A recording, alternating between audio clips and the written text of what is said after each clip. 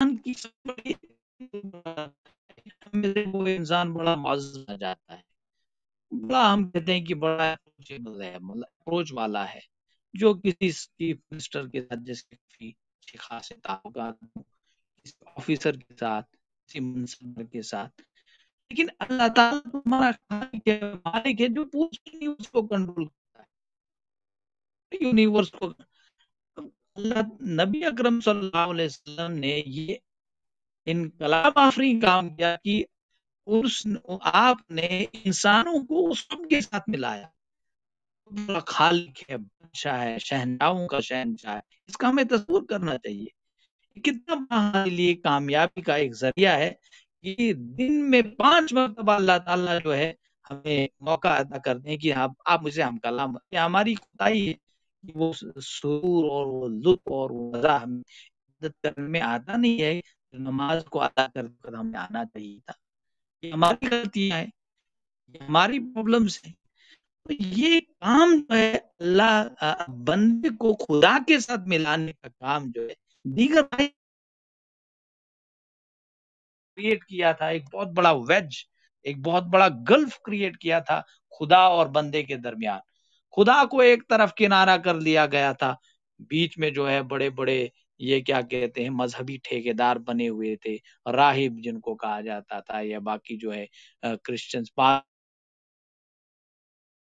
بادشاہ وغیرہ. ان کا جو ہے آپس میں ایک ٹرائنگل بنا ہوا تھا، جو بندوں کے ساتھ یہ ٹرائنگل سامنے کھڑی تھی، خدا کو پیچھے چھپا کے رکھے تھا. تو خدا کا جو بہترین تصور تھا اس کو چھپانے کی، اس کو کنسیل کرنے کی، اس کو ہائڈ کرنے کی ان لوگوں نے کوشش کی. نبی اکرم صلی اللہ علیہ وسلم نے فرمایا کہ کچھ نہیں، تم اللہ کے ساتھ خود بخود جو ہے ہم کلام ہو سکتے ہو. فاستجیبوا لی، اللہ نے قرآن میں فرمایا مجھ سے مانگو میں دوں گا. نبی اکرم صلی اللہ علیہ وسلم نے فرمایا کہ اب اللہ سے مانگو وہ دے گا، اب اللہ سے بخشش مانگو وہ بخشش دے گا. تو یہ سارے تصورات جو تھے جس نے بندے اور خدا کے درمیان ایک بہت بڑا گلف کریٹ کیا تھا، نبی اکرم صلی اللہ علیہ وسلم نے اس کو ختم کیا. ایک بہت بڑا انقلاب آفرین کام جو ہے، اگر آج کی دنیا بھی اس نقطے پر غور کرے گی، اینڈ اگر آپ کو بڑی سی بڑی کوئی مطلب آرگنائزیشن بھی، بہرحال دنیا میں یہ جو یورپین لوگ ہیں یہ اس قسم کے کام کرتے ہیں. یہ نبی اکرم صلی اللہ علیہ وسلم کو گریٹسٹ ان ہیومن ہسٹری مانتے ہیں. اب تعصب جس پر جو ہے چھایا جائے یا حاوی ہو، وہ یہ کام تو نہیں کرتا ہے، نہ یہ اعلان کرتا ہے، لیکن جو تعصب سے بالا تر ہو کر جو ہے نتیجہ اخذ کرنے کا عادی ہو، یہ بہرحال اعلان کر جاتا ہے کہ نبی رحمت صلی اللہ علیہ وسلم گریٹسٹ جو ہے among all the مطلب پرسنالٹیز آف دا ورلڈ. اور رسول اللہ صلی اللہ علیہ وسلم نے جو ہے یہ کام کیا کہ وحدت انسانی کا جو ہے اور احترام انسانیت کا یقین جو ہے وہ دلوں میں بٹھایا نبی اکرم صلی اللہ علیہ وسلم نے. ورنہ کیا ہوتا تھا، ایک انسان کی ادنا خواہش کی قیمت ہزاروں انسانوں سے زیادہ مانی جاتی تھی. آپ نے دیکھا وسلم سے پہلے بادشاہ اٹھتے تھے، اس کے بعد بھی جنہوں نے رسول اللہ صلی اللہ علیہ وسلم کے پیغام کو نظر انداز کیا انہوں نے کیا، لیکن اس کے بعد دیکھیے رسول اللہ صلی اللہ علیہ وسلم کی جو تربیت یافتہ تھے انہوں نے کیا کیا. ورنہ بادشاہ اٹھتے تھے ملکوں کا صفایا کر دیتے تھے. الیگزینڈر دا گریٹ کا نام سنا ہوگا، جیسے کوئی کبڈی کھیلتا ہوا جو ہے یہاں ہندوستان تک چلا آیا تھا، جس کی جو چاہتا تھا وہ کرتا تھا، جس کی جان لینے کی مرضی تھی اس کی جان لے لی، ہندوستان تک چلا آیا. اور یہ کیا معاملہ ہے، پوری دنیا کو فتح کرنا ہے، غریبوں کو قتل کرنا ہے، یہ کیا جنون ہے. یہ ادنا سی خواہش انسان کی، مجھے خدا بننا ہے، اس خدا بننے کی خواہش نے یہ انسانیت میں قتل و غارت کے بڑے بڑے جو مکرو افعال جو ہے انجام دلوائے ہیں. ملکوں کا صفایا کر دیتے تھے یہ لوگ. سیزر اٹھا، انسانوں کا اس طرح شکار کھیلنا شروع کیا جیسے جنگلی جانوروں کا شکار کھیلا جاتا ہے.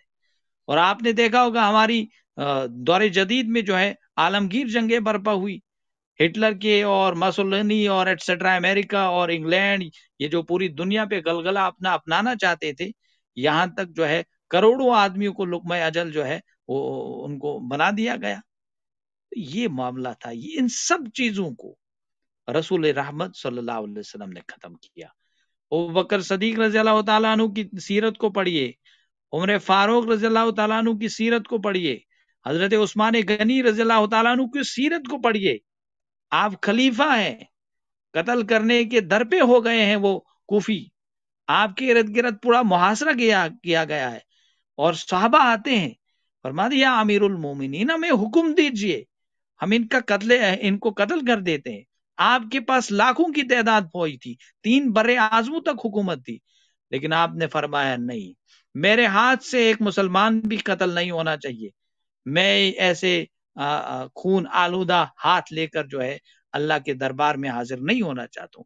یہ مجھے الزام نہیں لگنا چاہیے کہ جو ہے عثمان غنی رضی اللہ تعالی عنہ نے مسلمانوں کا قتل عام کیا. آپ خود شہید ہو گئے لیکن یہ کام نہیں. یہ کس کی تربیت کا نتیجہ تھا؟ رسول رحمت صلی اللہ علیہ وسلم.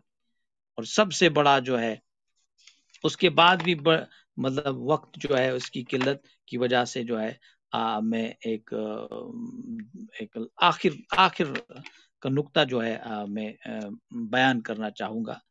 دیکھیے یہ ایک انقلاب آپ صلی اللہ علیہ وسلم نے برپا کیا کہ آپ کی بعثت سے پہلے انسان اپنی منزل مقصود سے بے خبر تھا. اس کو یاد نہیں رہا تھا کہ اس کو کہاں جانا ہے، اس کی صلاحیتوں کا اصل میدان اور اس کی کوششوں کا اصل نشانہ کیا ہے. انسان نے کچھ موہوم منزلیں اور اپنی کوششوں کے لیے کچھ چھوٹے چھوٹے دائرے بنا لیے تھے، اور ان میں انسانوں کی ذہانت و فطانت اور قوت عمل جو ہے وہ صرف ہو رہی تھی. کامیاب اور بڑا انسان بننے کا مطلب صرف یہ تھا کہ میں دولت بن جاؤں، طاقتور بن جاؤں، حاکم بن جاؤں، وسیع سے وسیع رقبہ زمین اور کثیر سے کثیر انسانوں پر میری حکمرانی فرما روائی جو ہے قائم ہو جائے. لاکھوں آدمی ایسے تھے جن کا جو ہے مطلب پرواز تخیل جسے آپ کہیں گے، لذت و ذائقہ جسے آپ کہیں گے، یا وہ کیا تھا، چوپایا یا حیوان کی تقلید سے بلند نہیں ہوتا تھا. جس طرح ایک جانور کا جو ایک کھانے پینے کی جو ہے اسی تک نظر محدود ہوتی ہے، انسانوں کی نظر بھی وہی محدود تھی. انسان جانتا نہیں نہ تھا کہ اصل منزل مقصود کیا ہے، مجھے اس دنیا میں آ کے کرنا کیا ہے. لیکن محمد الرسول اللہ صلی اللہ علیہ وسلم نے اس نسل انسانی کے سامنے جو ہے اس کی حقیقی منزل لا کر کھڑی کر دی. آپ نے یہ بات دل پر نقش کر دی کہ خالق کے کائنات کی صحیح معرفت، اس کی ذات و صفات، اس کی قدرت و حکمت کا صحیح علم، ملکوت السماوات والارض کی وسعت و عظمت، لامحدودیت کی دریافت، ایمان و یقین کا حصول، خدا کی محبت و محبوبیت، اس کو راضی کرنا، اس سے راضی ہو جانا، اور یہی انسان کی حقیقی سعادت اور کمال آدمیت ہے. دیکھیے سائنس کے اعتبار سے دیکھا جائے، نبی رحمت صلی اللہ علیہ وسلم نے اپنے انگلی کے ایک اشارے سے چاند کے 2 ٹکڑے ہو گئے. باذن اللہ ہوا، اللہ نے یہ معجزہ ظاہر کرنا تھا. آج بھی ریڈلی ریل کے نام سے مغربی لوگ اس سے یہ 1972 میں دا گارڈین نیوز پیپر نے یہ رپورٹ شائع کی کہ جو ریڈلی ریل چاند پہ ایک بیچ میں ایک دراز پڑی ہوئی ہے جس کو ریڈلی ریل کہتے ہیں، نیٹ پہ بھی آپ دیکھ سکتے ہیں. یہ کیسے، how it had become possible? سائنسدانوں نے کہا یہ پاسبل جو ہے یہ مسلمان لوگ کہتے ہیں کہ نبی اکرم صلی اللہ علیہ وسلم نے اپنی انگلی کے اشارے سے 2 ٹکڑے ہو گئے تھے. اس لیے انہوں نے اس خبر کو جو ہے وہ شائع کرنے سے روکا، مطلب اخبار کو، گارڈین کو ہوئی شائع، اس کے بعد پھیلانے سے روکا. اور کیونکہ انہوں نے کہا کہ مسلمانوں کو کہیں سے یہاں شے نہ مل جائے اور یہ کہیں گے کہ ہمارا مذہب سچا ہے، رسول اللہ صلی اللہ علیہ وسلم سچا ہے. یہ مغرب کا تعصب رہا ہے اور آج بھی ہے مغرب کا تعصب. اگرچہ کہ مغرب میں کچھ ایسے انسٹیٹیوشنز ہیں جو کام کر رہے ہیں اس پہ، مطلب ہر یونیورسٹی میں آپ دیکھیں گے اسلامیات کا سبجیکٹ وہاں پر پڑھایا جاتا ہے، سیرت کی کتابیں وہاں پر باضابطہ انسٹیٹیوشنز موجود ہیں جو سیرت پہ تحقیق کرتے ہیں، تدقیق کرتے ہیں، قرآن اور سائنس کے حوالے سے بات کرتے ہیں. رسول اللہ صلی اللہ علیہ وسلم نے انسان کو چاند یہ چاند جو ہے، یہ جو ہے ڈاکٹر حمید اللہ صاحب ایک اسکالر ہے، انہوں نے لکھا ہے کہ رسول اللہ صلی اللہ علیہ وسلم سے جتنے بھی معجزات جو ہیں وہ ظاہر ہوئے، وہ ایک منزل ہے کہ انسان کو بتلایا گیا کہ تمہیں ان چیزوں کو حاصل کرنے کی کوشش کرنی ہے. انسان جو ہے آج ترقی کرتے کرتے وہاں تک پہنچ گیا. 1400 سال لگے انسان کو ایک بات کا اصلی حقیقت کو جاننے کی. 1400 سال پہلے 1442 سال پہلے نبی صلی اللہ علیہ وسلم نے ایک مختصر سے جملے میں جو ہے اس کی حقیقت بتلا دی تھی. تو یہ ہے بہت ساری کی رسول اللہ صلی اللہ علیہ وسلم کو کیوں مانا جائے greatest among all the personalities of the world. ہمیں یہ معلوم ہونا چاہیے بحیثیت ایک مسلمان. ہم دنیا والوں کو یہ بتا سکیں if we are following Islam, why we are following Islam. If we are considering Muhammad sallallahu alaihi wasallam as the greatest among all the personalities of the world, why? What is the reasons? What are the reasons? یہ کچھ باتیں تھی جو میں نے آپ کے سامنے رکھی. وآخر الدعوانا ان الحمد للہ رب العالمین. السلام علیکم ورحمۃ اللہ. بہت بہت شکریہ، جزاک اللہ خیر. جناب شہباز رشید صاحب، آپ نے بہت ہی خوبصورت طریقے سے بیان فرمایا. ہم آپ کے نہایت ہی مشکور و ممنون ہیں.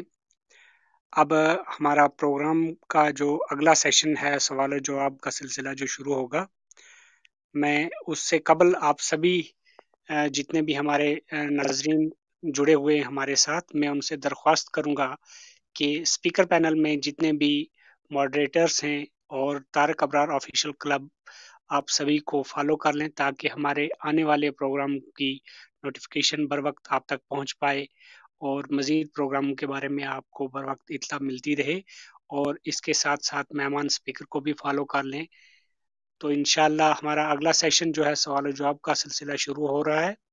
میں سب سے پہلے یہاں پہ ہمارے اسپیکر پینل میں موجود ہیں چودھری ذاکر ترابی صاحب، انہیں درخواست کروں گا. اس سے قبل میں یہاں ہمارے ساتھ جو معزز مہمان جڑے ہیں ان کے اسماء گرامی لینا چاہوں گا. ہمارے ساتھ رانا محمد رمضان صاحب ہیں، مختار صاحب ہیں، پرنس صاحب ہیں، شکور صاحب ہیں، قاری شبیر صاحب ہیں، منظور الحق کلائیوی صاحب ہیں، نذیر صاحب ہیں، آصف صاحب ہیں، عبد المجید صاحب ہیں، محمد لطیف صاحب، نسیم اختر صاحبہ ادھمپور سے، شاہدہ چودھری صاحبہ ہیں، اشتیاق صاحب ہیں، ڈاکٹر نزاکت صاحب ہیں، کلثوم چودھری صاحبہ ہیں، عائشہ صاحبہ ہیں، ساجدہ قادری صاحبہ ہیں، محمد فاروق صاحب ہیں، فیاض صاحب ہیں، محمد مشتاق صاحب ہیں، منظور صاحب ہیں، رافیہ صاحبہ، عارف صاحب، نسیم گلاب گڑھی صاحب ہمارے مستقل سامع ہیں، ہمارے ساتھ ہمیشہ جڑتے ہیں. اور ان کے ساتھ ہمارے ساتھ ہیں علی اکبر صاحب ہیں، طالب حسین طالب صاحب ہیں، رضیہ صاحبہ، صادق صاحب، دراک گیری صاحب ہیں، اور ندیم چودھری صاحب ہیں، زہرا چوہان صاحبہ ہیں. ہمارے ساتھ مزید آر این صاحب ہیں، اور ان کے ساتھ ہی ایس آر عامر صاحب ہیں، علی صاحب ہیں، محمد اسلم صاحب، اور ان کے ساتھ عبد الرشید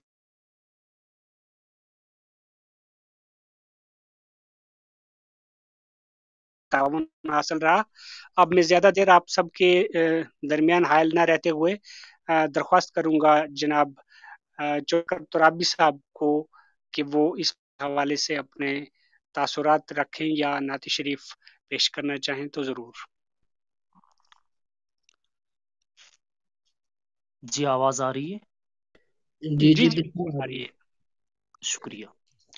الحمدللہ رب العالمین خالق السماوات والارضین والصلاة والسلام علی من کان نبیا وآدم بین الماء والطین اجمل الاجملین واکمل الاکملین سیدنا مولانا محمد صلی اللہ علیہ وسلم. معزز سامعین کرام، سبھی کو پیار بھرا سلام. السلام علیکم ورحمۃ اللہ تعالی وبرکاتہ. اللہ رب العزت وحدہ لا شریک رب، جو کہ وہ واحد رب ہے جس کے بغیر دنیا میں دوسری کوئی شخصیت سجدے کے قابل نہیں ہے. تمام تعریفیں اس کے لیے اور تمام درود و سلام، عظمتیں، رفعتیں، برکتیں، منزلتیں اللہ کے پیارے حبیب حبیب الحبیب صلی اللہ علیہ وسلم کے لیے جس کے بارے میں اللہ رب العزت نے ارشاد فرمایا حدیث قدسی میں، لولا خلقناک لا خلقت الافلاک، یا محمد صلی اللہ علیہ وسلم اگر تجھے دنیا میں بھیجنا مقصود نہ ہوتا تو دنیا کی کوئی بھی شے، افلاک یعنی افلاک کو ہی تعمیر کرنا مقصود نہ ہوتا، یعنی دنیا کی کوئی بھی شے تخلیق نہ کی جاتی۔ معزز سامعین کرام، اللہ کے پیارے حبیب محمد مصطفیٰ صلی اللہ علیہ وسلم کی ذات مبارکہ سے جڑا ہوا آج کا پروگرام اپنی شان و شوقت کے ساتھ بڑی پرخیف فضاؤں میں اور بڑی پیاری گفتگو کے ساتھ رواں دواں چل رہا تھا۔ شہباز رشید صاحب نے اللہ کے حبیب صلی اللہ علیہ وسلم کی زندگی کے ایک کامیاب پہلو پہ روشنی ڈالی۔ اللہ عز و جل ہم سب کو اسے سننے کی توفیق عطا فرمائے، سمجھنے کی توفیق عطا فرمائے۔ بڑا بہترین بیان کیا ان نے اور بڑی بہترین گفتگو کی۔ اللہ عز و جل ہم سب کو اس پہ عمل پیرا ہونے کی توفیق عطا فرمائے۔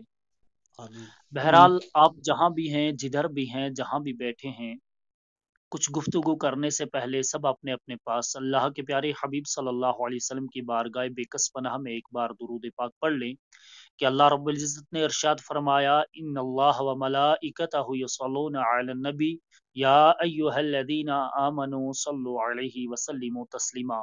اس آیہ کریمہ کے اندر کریم پروردگار عالم نے ارشاد فرمایا، بے شک اللہ اور اللہ کے ملائکہ اللہ کے حبیب صلی اللہ علیہ وسلم پہ درود بھیجتے ہیں۔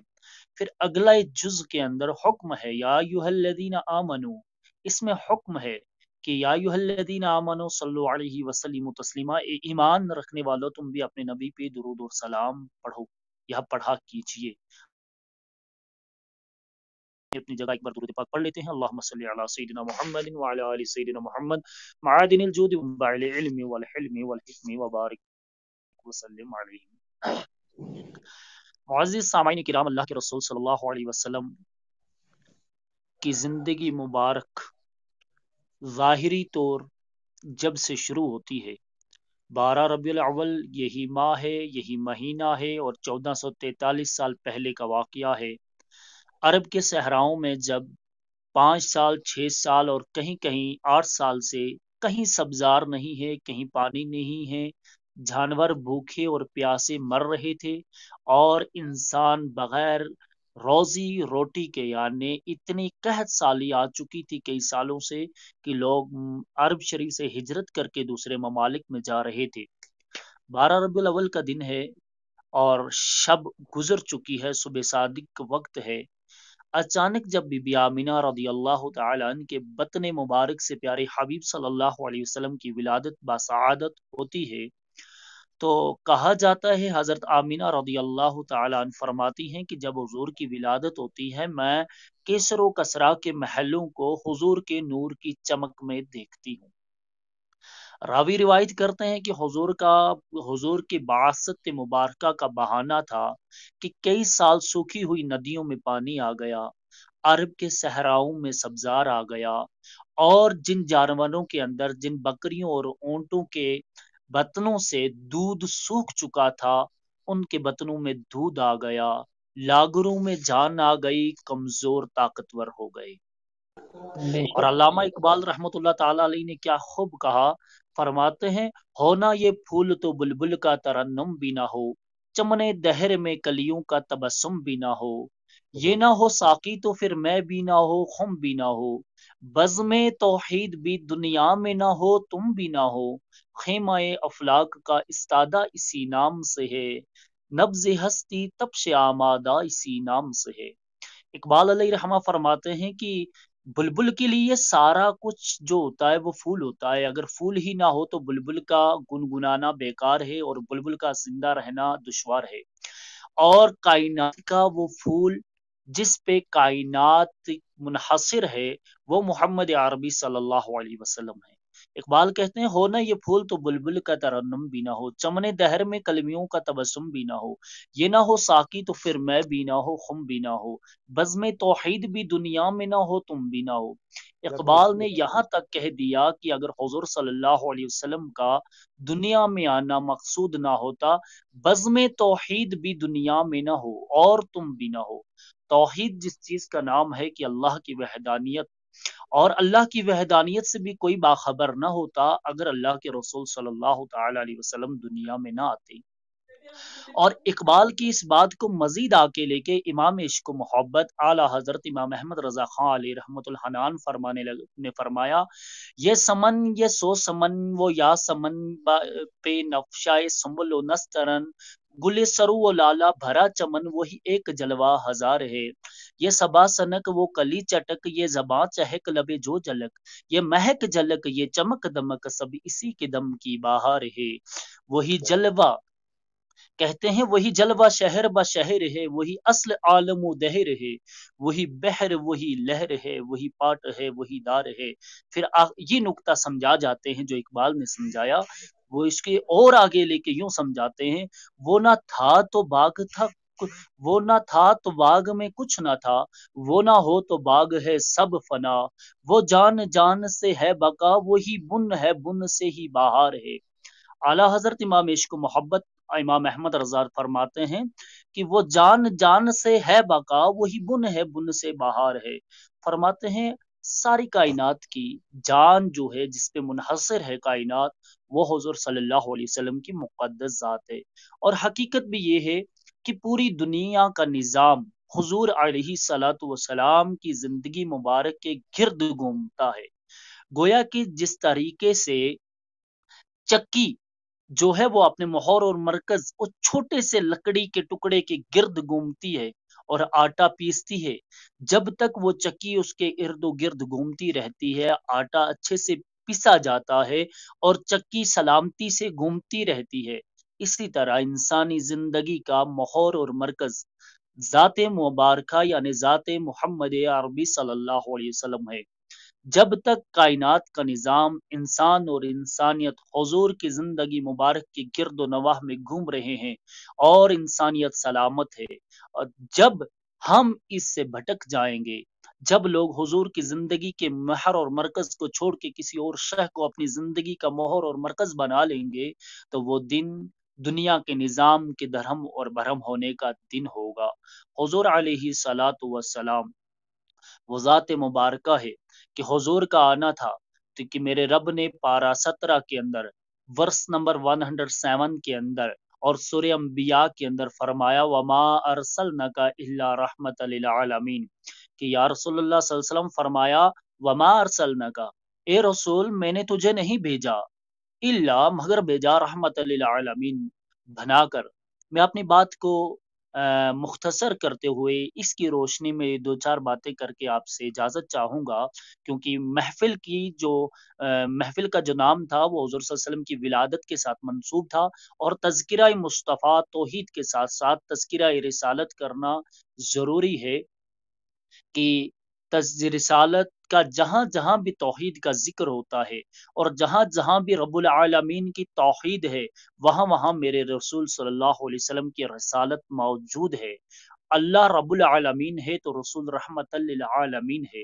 اللہ ہے جسے کوئی بھی نہیں جانتا تھا، نہ ہی جس کی کسی کو پہچان تھی، حضور صلی اللہ علیہ وسلم کے ذریعے ہی پہچان ہوئی، کیونکہ میرے نبی صلی اللہ علیہ وسلم کے بارے میں میرے رب نے ارشاد فرمایا یا ایھا الانسان، کہ اے انسانو، اللہ نے جب حکم فرمایا، جب یہ ارشاد فرمایا تو انسانوں سے مخاطب ہو کے فرمایا قد جاءکم برہان من ربکم، اے انسانوں میں نے تمہاری طرف اپنی ایک دلیل بھیجی ہے۔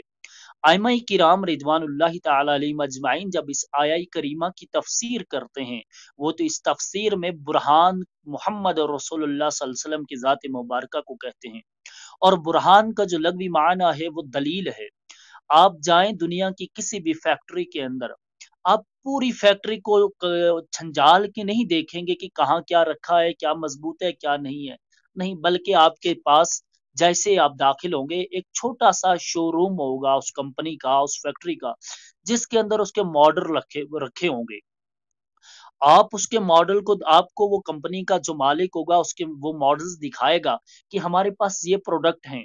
آپ ایک پروڈکٹ کو دیکھ کے پوری کمپنی کو پہچان جاؤ گے کہ کمپنی کے اندر یا فیکٹری کے اندر کیسے پروڈکٹ بنتے ہیں۔ گویا کہ رب کریم عز و جل اپنے حبیب صلی اللہ علیہ وسلم کو اپنی دلیل بتا کر یہ بتانا چاہتا ہے کہ اگر تم میری ربوبیت کو دیکھنا چاہتے ہو، میری توحید کو دیکھنا چاہتے ہو، میری ربوبیت کا مطالعہ کرنا چاہتے ہو، تو اس کے لیے آپ کے پاس دلیل جو ہے وہ محمد رسول اللہ صلی اللہ علیہ وسلم ہے۔ آپ کو حضور صلی اللہ علیہ وسلم کو دیکھنا ہوگا، آپ میری ربوبیت کو سمجھ جائیں گے۔ تو میں نے ایک آیہ کریمہ کا مختصر جز آپ کے سامنے رکھا تھا، وَمَا أَرْسَلْنَاكَ إِلَّا رَحْمَةً لِّلْعَالَمِينَ، نہ بھیجا میں نے تمہیں مگر رسالت اور رحمت بنا کے سارے جہاں کے لیے۔ بس دو بات کر کے اجازت چاہوں گا، میں جانتا ہوں وقت کافی جا رہا ہے۔ جب حضور صلی اللہ تعالی علیہ وسلم کی ولادت ہو چکی تھی، جب رحمت کا یہ چاند ابھر چکا تھا، یہ نکل چکا تھا اور چاروں جانب رحمت کے آنے کے شوشے ہو رہے تھے، ایک بار مدینے کی پاک مسجد کے اندر اللہ کے پیارے حبیب صلی اللہ علیہ وسلم بیٹھے ہوئے بیان فرما رہے ہیں۔ ایک صحابی بیٹھے ہیں، یہ وہ دور ہے جب عورتوں کو زندہ دفنایا جا رہا ہے، جب بچیوں کو زندہ زمین میں درگور کیا جا رہا ہے۔ اللہ کے نبی صلی اللہ علیہ وسلم بیان فرما رہے ہیں اور فرماتے فرماتے ارشاد فرمایا، اے لوگوں، عورتوں کو منحوس نہ سمجھو، عورتوں سے منحوسیت نہیں آتی ہے اور نہ ہی عورت منحوس ہے۔ تو لوگوں نے، صحابہ کرام رضوان اللہ تعالی علیہم اجمعین نے عرض کیا، یا رسول اللہ صلی اللہ علیہ وسلم، سارے لوگ بچیوں کو زندہ دفنا دیتے ہیں، کیا معاملہ ہے یا رسول اللہ صلی اللہ علیہ وسلم؟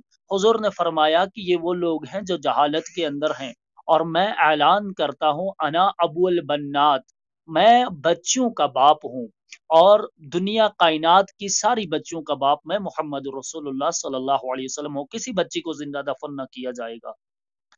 ایک صحابی زاروں کی تار رونے لگتے ہیں۔ صحابہ جب محفل ختم ہو جاتی ہے، ان کے پاس جاتے ہیں، جا کے پوچھتے ہیں کہ اللہ کے پیارے حبیب صلی اللہ علیہ وسلم کے پیارے صحابی، آپ کس بات پہ رو رہے تھے؟ کہا، رو بھی رہا تھا، میں ہنس بھی رہا تھا، آپ نے میرے رونے کو دیکھا، میرے ہنسنے کو نہیں دیکھا۔ کہا، کیوں رو رہے تھے اور کیوں ہنس رہے تھے؟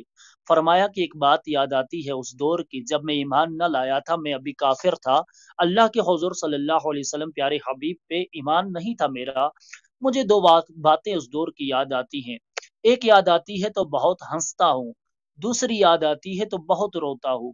فرمایا صحابہ کبار رضوان اللہ تعالی علیہم اجمعین نے کہ جس بات پہ آپ کو رونا آیا وہ کون، اور جس پہ ہنسنا آیا وہ کیا؟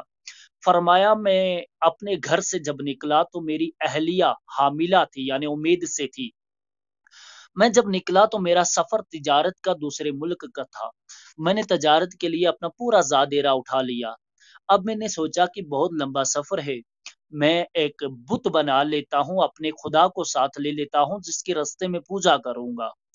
کہتا ہے کہ میں نے پہلے پتھر کا خدا اٹھایا، جب میں نے اس کو اپنے بستے میں رکھا تو میرا وزن ہیوی ہو گیا، وہ کافی زیادہ وزنی ہو گیا، تو میں اٹھا نہ پایا۔ میں نے مٹی کو گوند کے مٹی کا خدا بنایا، جب میں نے مٹی کا خدا بنایا، اسے بھی اپنے اس کے اندر بستے کے اندر رکھا، تو میں نے دیکھا کہ میں اس کا وزن نہیں اٹھا پایا، وہ بھی کافی ہیوی تھا۔ فرماتے ہیں کہ تیسری مرتبہ میں نے فرماتے ہیں کہ تیسری مرتبہ میں نے آٹے کو گوندا، آٹے کا خدا بنایا، میں نے آٹے کو گوندا اور آٹے کا خدا بنایا، اسے سکھا کے اپنے بستے میں ڈالا، وہ کافی ہلکا تھا، میں نکل گیا۔ کہتے ہیں کہ 3 دن کے سفر کے بعد جب میرا سفر ہو رہا تھا، 3 دن میرے سفر کو ہوئے، میرا زادیرہ ختم ہو گیا۔ ایک دن بھی پانی پی کے میں نے اپنی زندگی کا نظام چلا لیا، دوسرے دن بھی، اور تیسرے دن میرے صبر کی انتہا ہو گئی، مجھے کھانے پینے کو کچھ نہیں تھا۔ کہا، دل میں خیال آیا کہ اسی آٹے کے خدا کو نکالتا ہوں، اسے پانی میں ابال کے گوندتا ہوں، گوند کے اسے کھا لیتا ہوں۔ کہتا جب میں نے اس آٹے کے خدا کو گوند کے اس کی روٹی پکائی اور اس کو کھا لیا، کہتا ہے جب مجھے یہ واقعہ یاد آتا ہے تو میں بہت ہنستا ہوں. پوچھا کیوں ہنستے ہو؟ کہا میں اس لیے ہنستا ہوں کہ میں کیسے خدا کی عبادت کر رہا تھا جو مجھے یہ بھی نہ کہہ سکا، یہ بھی نہ بتا سکتا اے بندے میں تیرا خدا ہوں، تو ابھی تک مجھے پوج رہا تھا، ابھی تک میری عبادت کر رہا تھا، ابھی تک مجھے سجدہ کر رہا تھا، اب مجھے ہی گوند کے کھا رہا ہے. کہتا ہے دوسرا واقعہ یہ تھا کہ جب میں 12 سال یا 8 سال کے بعد واپس گھر آیا تو میرے گھر کے اندر 8 سال یا 12 سال کی بچی تھی. میں نے اپنی اہلیہ سے پوچھا کہ بچی کہاں ہے، تو اس نے کہا بچی، اس نے پہلے تو بہانہ کیا، پھر آخر وہ بچی کو گھر لے آئی. مختصر کرتا ہوں میں بات کو. کہتا ہے وہ ماں اپنی بچی کو رات کو اپنے سینے کے ساتھ لگا کے سو جاتی، میں پہلو میں سو جاتا اور میں اس چیز کو دیکھتا رہتا کب ماں اپنی بچی کو سینے سے جدا کرے تو میں اسے لے کے کہیں زندہ درگور کر رات کے عملے میں. کہتا ہے میں نے زمین کو کھودنا شروع کیا. جب میں زمین کھود رہا تھا میرے کپڑوں پہ مٹی گر رہی تھی. میری بچی پکار رہی تھی ابا مٹی آپ کے کپڑوں پہ گر رہی ہے، آ کے میرے کپڑوں کو جھاڑ رہی تھی کہیں میرے کپڑے گندے نہ ہو جائیں. کہتا جب گھڑا کھودا میں نے بچی کو اس گھڑے کے اندر ڈالا اور وہ بچی رو رو کے کہہ رہی تھی ابا میری ماں کو کیا جواب دو گے، ابا میری والدہ کو کیا جواب دو گے، ابا میری ماں کو جا کے کیا جواب دو گے، تیری بچی کو کہاں چھوڑ کے آیا ہوں. کہتا ہے جب یہ واقعہ ہوا تو میں واپس گھر کو لوٹا تو میرے دل کے اندر نرمی پیدا ہونے لگی، میرے دل کے اندر احساس پیدا ہونے لگا میں غلط کر رہا ہوں. یہ کہتا ہے پھر کہ اس سے پہلے میں 5 بچیوں کو زندہ دفنا چکا تھا، لیکن ایک بچی کو دفناتا تھا میرا دل سخت ہوتا تھا. اور قاعدہ قانون بھی یہ ہے کہ جب انسان ایک گناہ کرتا ہے تو دوسرے گناہ کے لیے اس کا دل اور ابھرتا ہے، اس کے دل پہ کالا سیاہ داغ لگ جاتا ہے جو اس کے دل کو سخت کرتا ہے. ایک بچی زندہ دفن کی دل سخت، 2 زندہ دفن دل سخت، 3 زندہ دفن دل سخت، 4 زندہ دفن دل سخت، 5 زندہ دفن دل سخت. کہتا ہے چھٹی جب زندہ دفن کی تو دل سخت نہیں ہوا، دل نرم ہوا. صحابہ سے کہنے لگا کیا معاملہ ہے؟ کہا یہ وہ دور تھا جب اللہ کے رسول جس سال پیدا ہوئے. صحابہ نے فرمایا کہ رحمت للعالمین کے پیدا ہونے کی سال تھی. کیسے تیرا دل نرم نہ ہوتا، کیسے تیرے دل کے اندر نرمی نہ آتی، کیسے تیرا دل اللہ کے حضور جھکتا نہ، کیسے تیرے دل کے اندر یہ نہ آتا کہ میں غلط کر رہا ہوں، کیونکہ رحمت کا نزول تھا اور رحمت للعالمین پیدا ہونے والے تھے. لہٰذا بزرگوں ساتھیوں، جب ڈاکٹر صاحب سننے والے معذرت سامعین کی جی معذرت چاہتا ہوں، آپ نے بہت اچھا فرمایا. ہمارے پاس تھوڑی ٹائم کی لمٹ ہے. جی بس میں اس کو کنکلوڈ کر رہا ہوں سلام کے ساتھ. اللہ عز و جل نے چاہا تو پھر کبھی انشاءاللہ اس پہ گفتگو ہوگی. جی بہت شکریہ چودھری ذاکر ترابی صاحب، آپ نے ماشاءاللہ بہت خوبصورت طریقے سے بیان فرمایا. اب پروگرام کے اختتام پہ میں نہایتی خلوص اور احترام کے ساتھ آزاد احمد آزاد صاحب سے درخواست کروں گا کہ وہ نعت رسول مقبول صلی اللہ علیہ وسلم پیش کرنے کی سعادت حاصل کریں. آزاد احمد آزاد صاحب. السلام علیکم ورحمۃ اللہ وبرکاتہ. جی وعلیکم السلام. فاعوذ باللہ من الشیطان الرجیم، بسم اللہ الرحمن الرحیم. نعت پاک کے چند اشعار میں پیش کروں گا کہ مجھے در پہ پھر بھلانا مدنی مدینے والے، مجھے در پہ پھر بھلانا مدنی مدینے والے، میں عشق بھی پلانا، میں عشق بھی پلانا مدنی مدینے والے، مجھے در پہ پھر بھلانا مدنی مدینے والے، کہ تیری جب قدید ہوگی وہی میری عید ہوگی، تیری جب قدید ہوگی وہی میری عید ہوگی، میری خواب میں تم آنا مدنی مدینے والے، میری خواب میں تم آنا مدنی مدینے والے مجھے در پہ پھر بلانا، مدنی مدینے والے کہ مجھے سب ستارے ہیں، مجھے سب ستارے ہیں، میرا دل دکھا رہے ہیں، تم ہی حوصلہ بڑھانا، مدنی مدینے والے تم ہی حوصلہ بڑھانا، مدنی مدینے والے مجھے در پہ پھر بلانا، مدنی مدینے والے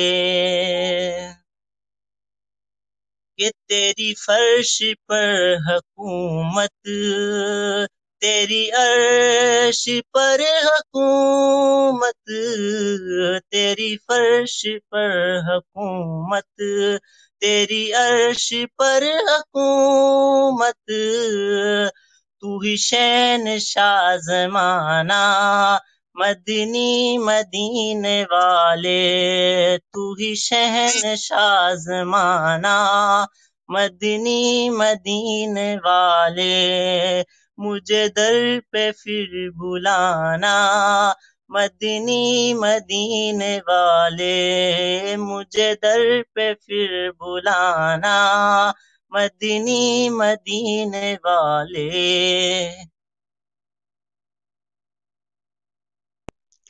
بہت شکریہ آزاد صاحب، جزاک اللہ۔ میں ایک بار پھر تمام سامعین سے درخواست کروں گا کہ آپ اسپیکر پینل میں موجود تمام ماڈریٹرز کو، طارق ابرار آفیشیل کلب کو اور مہمان اسپیکر کو فالو کر لیں تاکہ ہمارے آئندہ پروگراموں کی نوٹیفیکیشن آپ تک بر وقت پہنچ سکے اور آپ باقی پروگراموں میں بھی بآسانی شرکت فرما سکیں۔ اب پروگرام کے آخر پہ میں طارق ابرار آفیشیل کلب کے بانی اور ہمارے ساتھی طارق ابرار صاحب سے درخواست کروں گا کہ وہ محترم مہمان کا اور باقی تمام جتنے بھی سامعین و ناظرین ہمارے ساتھ جڑے ہیں ان سب کا شکریہ ادا کریں۔ جناب طارق ابرار صاحب۔ جی بہت بہت شکریہ مشتاق خالد چودھری صاحب۔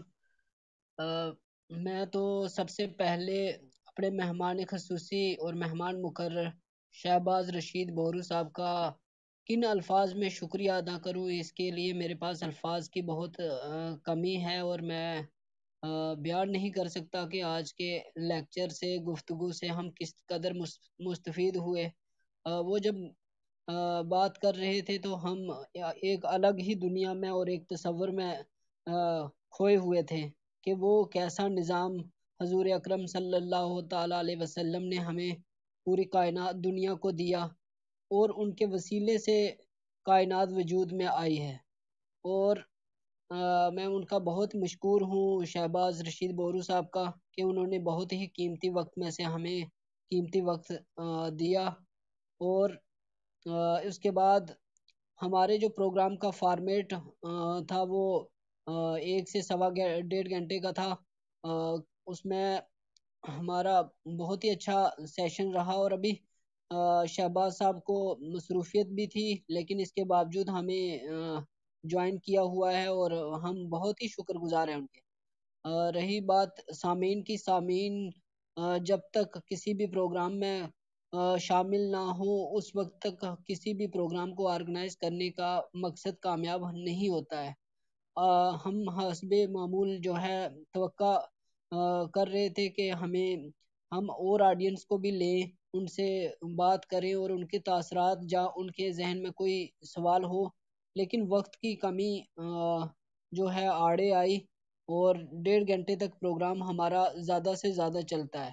تو آج کا وقت گزر گیا اور ایسی خوش نما باتوں سے دل جو ہے ہمارا منور ہوا کہ ذاکر ترابی صاحب نے بہت ہی عمدہ انداز میں گفتگو فرمائی، انہوں نے بھی بہت جامع گفتگو کی۔ اس کے بعد آزاد احمد آزاد صاحب نے بہت ہی اچھی عمدہ نعت پیش کی۔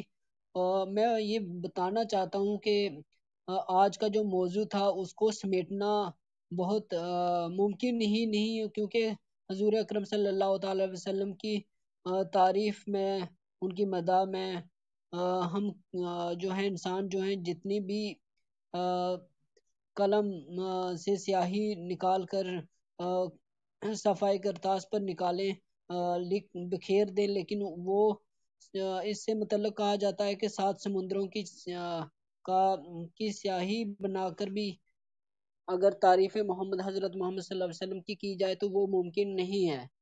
اور اور جو اتنا بڑا موضوع تھا جس کے ساتھ جو ہے جس کا پورا احاطہ کرنا ناممکن ہے کسی بھی شخص کے لیے، لیکن شہباز صاحب نے اپنی حد الوسع کوشش کی کہ اس موضوع کے ساتھ جتنا بھی ان کا مطالعہ ہے، ریسرچ ہے، تو انہوں نے بہت عمدہ طریقے سے ہمارے سامعین کے ساتھ شیئر کی باتیں، اور بہت ہی جامع گفتگو تھی، بہت ہی جامع لیکچر کہہ سکتے ہیں ہم۔ بہت ہی مشکور ہیں شہباز صاحب کے، اور تمام سامعین کی ہمت کی داد دیتا ہوں کہ وہ 1-1.5 گھنٹے سے ہمارے ساتھ جڑے ہوئے ہیں۔ اسی میں یہ بتانا چاہتا ہوں کہ پروگرام کو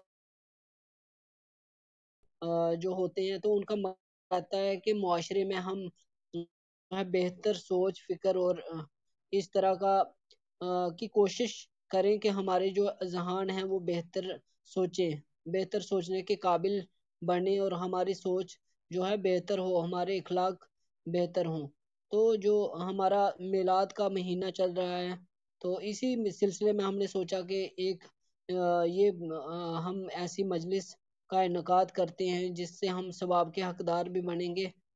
جو مجھے یقین کامل ہے کہ جو ہمارے سامعین جڑے، صف سامعین میں رہے، تو انہوں نے بہت ہی قیمتی وقت دیا، یہ ضائع نہیں جائے گا۔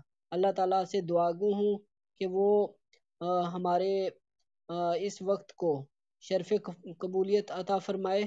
شہباز صاحب سے گزارش کرتا ہوں کہ اگر وہ کوئی میسج دینا چاہتے ہیں، کوئی بات رکھنا چاہتے ہیں، تو اس کے بعد وہ ہم پروگرام کو اختتام کریں گے۔ شہباز صاحب کچھ اپنے کلمات پیش کریں۔ السلام علیکم ورحمۃ اللہ۔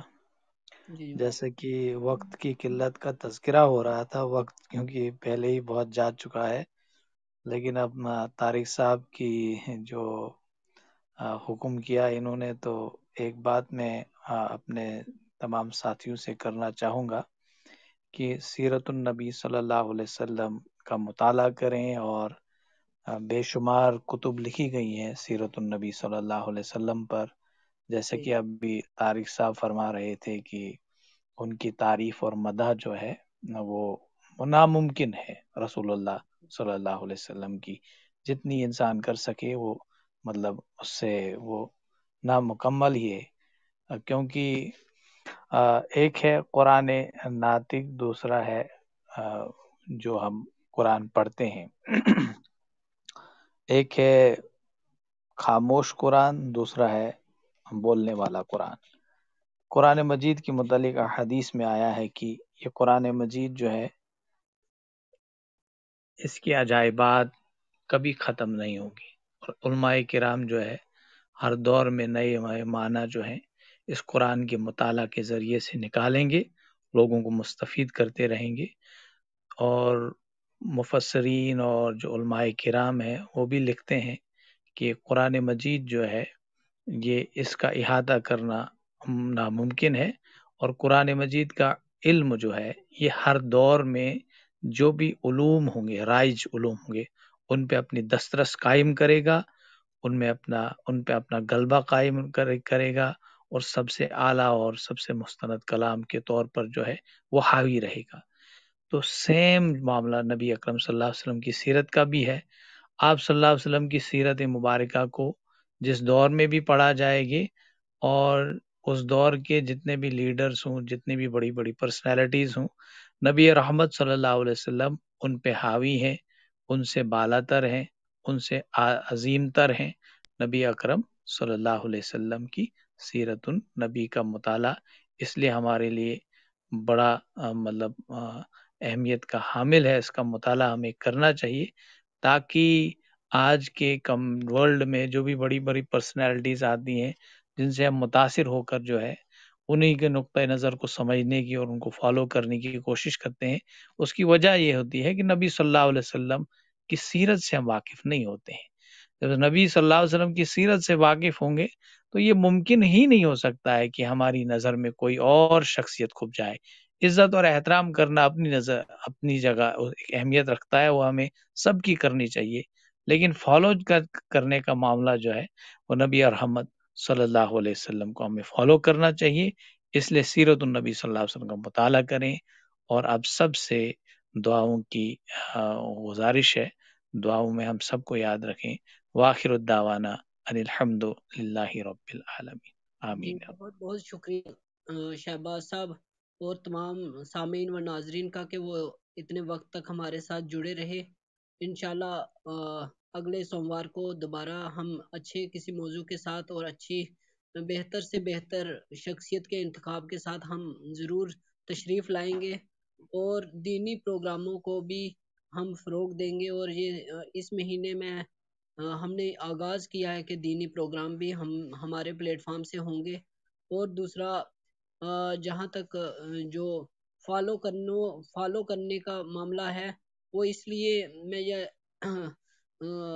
کہنا چاہتا ہوں کہ جو نئے لوگ ہمارے سامعین یہاں پہ تشریف لاتے ہیں تو بعض اوقات اگر ہم نے ایسا ہوتا ہے کہ فالو نہ کیا ہو ماڈریٹرز کو اور جب کلبز کو، تو پھر ہمیں ڈھونڈنے میں دشواری آتی ہے.